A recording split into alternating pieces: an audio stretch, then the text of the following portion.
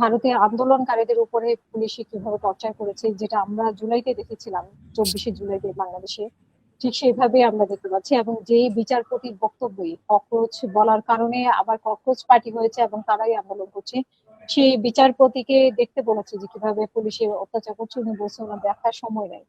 তো কোনো না ইস্যু দিয়ে আসলে সরকার পতন হয়। তা আপনিও কি মনে করছেন যে এটা মোদির একটা শেষ সময় হতে পারে, এরকম মনে করেন? জি, ধন্যবাদ। আমিও তাই মনে করছি। কারণ আপনি এতটা অ্যারোগেন্সি দেখাবেন, একজন দায়িত্বশীল পর্যায়ে থেকে আপনি বলবেন যে দেখার সময় নাই। You can't say that. আপনি ককরোচ পার্টি বলেছেন, এদিকে রাজাকার বলেছে, ওরা শিক্ষা নেয় নাই যে এক রাজাকার শব্দের কারণেই কিন্তু হাসিনার গোষ্ঠী সুদ্ধা উধাও করে দিছে, আর সেইখানে তারাই করেনি। তো যাই হোক, আমি লম্বা করব না। একটা কথা হচ্ছে, এই আন্দোলনে শুধু ছাত্র সমাজ না, জনগণ মিশে গেছে, বিভিন্ন রাজনৈতিক দল, সমাজবাদী, তৃণমূল কংগ্রেস, থালাপাতি ইয়ে থেকে আসছেন, বিজয় থালাপাতি, তারপরে সোনিয়া গান্ধী, রাহুল গান্ধী, বিভিন্ন সেলিব্রিটি, যেমন কালকে দেখলাম রাজপ্রকাশ যে সিনেমাতে অভিনয় করে, এই ধরনের আরো আরো অনেক আছে। তো সবাই কিন্তু সবাই যখন যোগ দেয়, তার মানে কি তাদের বিবেকটা কাজে লাগাইছে তারা, এক। আর দ্বিতীয় কথা হচ্ছে, 24 সাল থেকে বাংলাদেশের সাথে যখন লেনদেন বন্ধ হয়ে গেল, আজকে 26 সাল, 2 বছর। তো এই 2 বছরে ভারতের অর্থনীতি কিন্তু অনেক ডেবে গেছে। তো ভারত কিন্তু একটা ভঙ্গুর অবস্থায় আছে, এক অর্থনৈতিক ভাবে, আর দুই হচ্ছে আন্তর্জাতিক সম্পর্কের ক্ষেত্রে। দেখেন, ভারতের ইসরায়েল ছাড়া আর কোনো বন্ধু নাই। আমেরিকা ওই হ্যাঁ না এরকম, তার মানে টোটালি আইসোলেটেড। এখানে তাদের দেশ টিকানোটাই মুশকিল মুশকিল। এখন তারা মেয়েদের গায়েও হাত দিয়েছে, পুলিশ ছাত্রদের পিটাইছে, লাঠির আগায় এই লাঠির আগায় তারা পেরেক বেঁধে নিয়েছে লোহার ইয়ে, যেটা ইল্লিগাল, এই করাটা উচিত হয়নি। সেপটিক হয়ে অনেক ছেলে মেয়ে মারা যেতে পারে একটা পর্যায়ে গিয়ে। আচ্ছা, এটা ছাত্রদের একটা ইয়ে থেকে, দাবি দেওয়া থেকে হয়েছে, যেটা মেডিকেল কলেজের ভর্তি পরীক্ষার প্রশ্ন লিক ইত্যাদি ইত্যাদি অনেক কিছুই, যেটা গতকালকে বলেছিও আমি। তো আর অলরেডি আমাদের ভিপি ভাই বলেছেন, তো রিপিট করার দরকার নাই। তো এখানে হচ্ছে যে এখন পুরা ছাত্র সমাজ, জনগণ এবং বিভিন্ন দলগুলোও নেমে গেছে। আজকে আমি জানি না শুরু হয়েছে কিনা, আজকে পার্লামেন্টে ডিবেট হওয়ার কথা। বিরোধী দলের সদস্যরা, এমপিরা কিন্তু কালো কাপড় পরে গেছে একটা প্রতিবাদ হিসেবে, প্রতীকী হিসেবে। এটা ডিবেট হবে, আর মানুষের জীবন নিয়ে তাদের দাবি অনেক কিছু মেনে নেওয়ার চেষ্টা করছে, তাদেরকে মানে ঠান্ডা করার চেষ্টা করছে। হ্যাঁ, কিন্তু মোদি নিজে তো পদত্যাগ করবে না।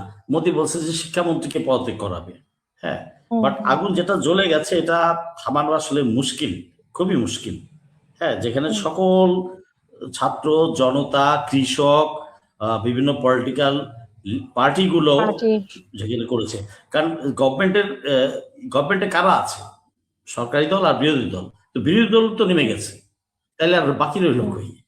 বিরোধী দল তো মাঠে এদের সাথে একাত্মতা ঘোষণা করেছে। তো সেই ক্ষেত্রে ইট ইজ টু ডিফিকাল্ট মোদির জন্য সার্ভাইভ করা। আর এখানে তাদের ইকোনমিক যে অবস্থা, সেটা আর কৃষকদের, চাষিদের, খামারিদের, দোকানপাট, ব্যবসা বাণিজ্য, হসপিটাল, টুরিস্ট স্পট, হোটেল, কোনো কিছুতেই তো তাদের ইনকাম নাই। আমরা গত 2 বছরে দেখেছি।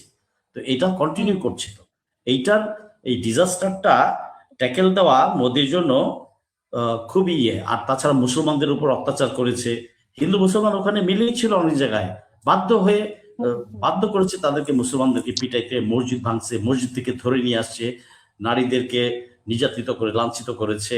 তো কি না করেছে। কত 14 সালে সে আসলো, এই 12 বছর 13 বছর চলছে। তারা 13 বছরে মোদি ভারতের ক্ষতি করেছে। ভারত ভালো থাকুক, আমার প্রতিবেশী সে ভালো থাকুক, আমরা আমাদের মতো ভালো থাকবো, আমরা তাদেরকে খোঁচাইতে চাই না। তার খাইসলতের কারণে ভারতের সাথে অন্যান্য আশেপাশের দেশগুলোর ভালো সম্পর্ক নাই। আন্তর্জাতিক ক্ষেত্রে ইউরোপ, আমেরিকা ওদের সাথেও নাই, কারণ তারা একটা সন্ত্রাসী রাষ্ট্র। আর ভারত হচ্ছে ধর্ষণের স্বর্গরাজ্য। যে কোনো টুরিস্ট আসে ওয়েস্টার্ন ইয়ে থেকে, ধর্ষণ হয়েছিল, প্রচুর এক্সাম্পল আছে। তো যেমন কানাডাতে শিখে তাকে তারা মেরেছে, আমেরিকাতেও ট্রাই করেছে, ফেল হয়েছে, ধরা খেয়েছে। তো ভারত কিন্তু বেসিক্যালি আইসোলেটেড। কানাডা থেকে 10 লাখ ডিপোর্ট করবে, আমেরিকা থেকেও প্রায় 10 থেকে 15 লাখ ডিপোর্ট করবে, এবং অনেকের চাকরি ওয়ার্ক পারমিট রিনিউয়াল হয়নি, আমি ব্যক্তিগতভাবে জানি।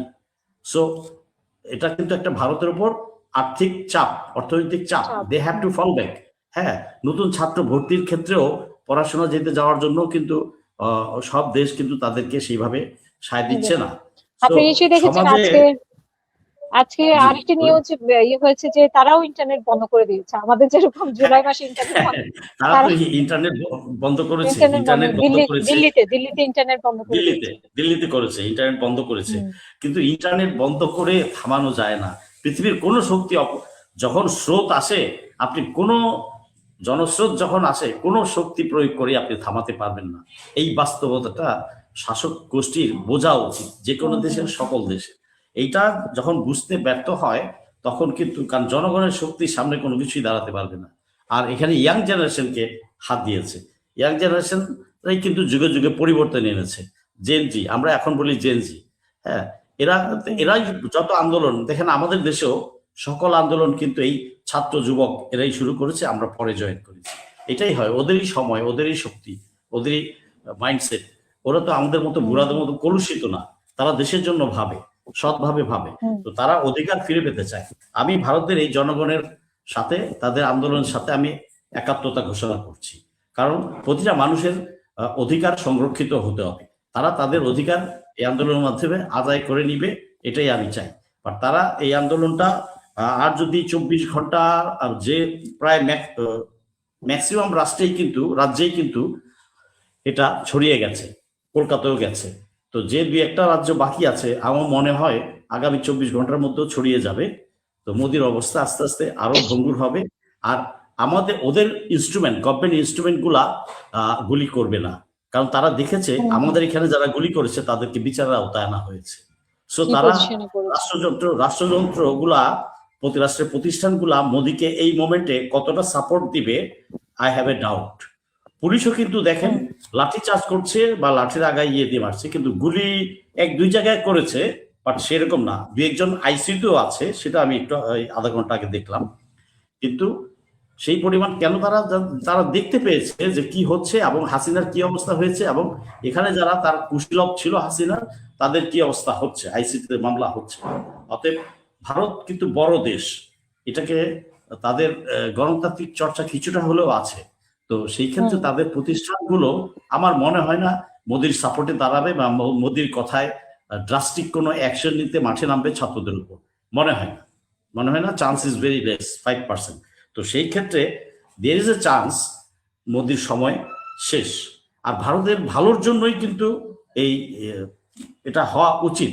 এই জন্য, কারণ বিজেপি আরএসএস এর অত্যাচারে হিন্দু বলেন, মুসলিম বলেন, দলিত বলেন, খ্রিস্টান বলেন, সকলেই ফেড আপ, সকলেই তাদের উপর বিরক্ত, এবং তাদের মানুষের অধিকার হরণ করে নিয়েছে তারা। যেটা ধর্ম না, সেটাকে ধর্ম হিসেবে চাপাই দিচ্ছে। ওদের মানে নিত্য নতুন, প্রতিদিন একটা করে নতুন ধর্মের বাণী তৈরি করে তারা। তো মানুষ, সনাতনী ধর্ম যারা, তাদের সবাই কিন্তু এদের এই ইয়ের সাথে নাই। তো এখন মানুষ নিরীহ, গরিব, আমাদের চেয়ে গরিব ওই দেশে অনেক। তো তারা, বাট গরিব একবার খেপে গেলে তোমার দালানের ইট খুলে নিবে, এইটা এই সুশীলরা বা শাসকরা বুঝতে পারে না। তো আশা করি মোদী সরকারের বোধোদয় হবে, ভারতের জনগণ তাদের অধিকার আদায় করে নিবে। আমি ওই জেনজিকে জানাই লাল সালাম, তারা তাদের অধিকার আদায়ের লক্ষ্যে পৌঁছাবে এবং তারা একটা ভালো দেশ গড়বে, এই প্রত্যাশা রেখেই আমি শেষ করছি।